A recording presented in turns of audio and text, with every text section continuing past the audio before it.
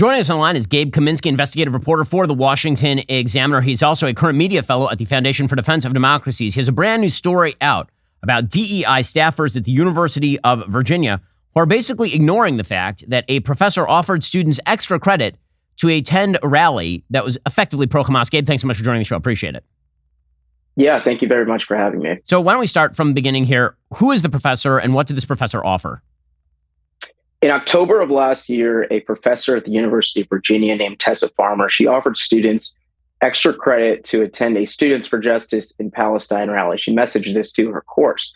At that same rally, this was days after Hamas in Israel killed 1,200 Israelis, demonstrators at the University of Virginia were openly supporting this attack. They were saying it was justified with other pro-Palestinian protesters due to Israel's alleged genocide and apartheid of Palestinian territories. That was previously reported by Fox News, but what we reported based on internal documents that the Washington Examiner exclusively obtained reveal that DEI staffers, diversity, equity, and inclusion officials at the University of Virginia were effectively internally downplaying concerns from the public over this professor offering this extra credit opportunity. They didn't think it was necessarily a big deal. And also, one even questioned why lawyers would need to be involved in looking into this matter. And so I think this is a really good window into something we've seen across the United States, which is something that people liken to anti-Semitism at our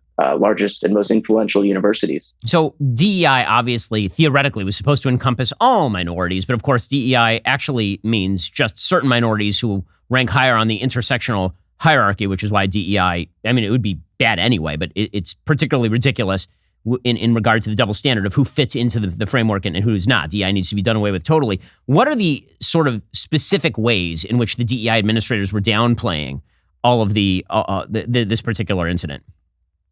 Well, I would say, one, the concerns from Rachel Spraker and Keisha John from that diversity, equity, and inclusion department, they didn't really agree with the fact, the concerns from parents, that she was actually, Tessa Farmer, offering extra credit. They did not think that that was what her message said. We have the message that she sent to her class that came under scrutiny. It is very apparent that she was offering extra credit to her students to attend that rally. Moreover, again, as we mentioned, Rachel Spraker from the DEI department, she did not necessarily understand. She actually asked the DEI official, Kevin McDonald, the head one, why lawyers would need to be involved in the matter when legal counsel at the University of Virginia was having pretty robust internal dialogue after people were raising concerns.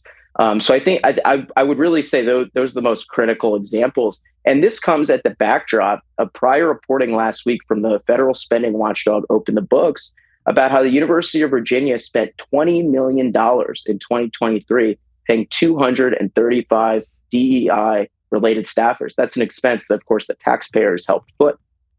So let's talk for a second about the response of the actual administration, aside from the DEI folks over at University of Virginia. Have you had any feedback from the administration, from the higher ups at the University of Virginia over all of this? University of Virginia spokesman Brian Coy, a donor to Joe Biden's presidential campaign, and actually the former spokesman for Terry McAuliffe and Governor Ralph Northam, Brian Coy disagreed with our framing. The University of Virginia believes that the institution handled that matter internally the proper way. They found through their own internal review, according to Coy, that Tessa Farmer offered students extra credit opportunities throughout the semester across various cultural events. We have no way of confirming that internal review, but all I would say is that there's a lot of concern among parents and students. We spoke to one third-year Jewish student at UVA who fears for his security on campus and was upset that this extra credit opportunity would be offered. There's concern about why this would be offered in the first place, and I think people are not happy with how the administration has platformed pro-Palestinian activists that are openly sympathizing with terrorists. Well, Gabe, I appreciate your reporting, and thanks so much for joining the show. Really important stuff. Thank you.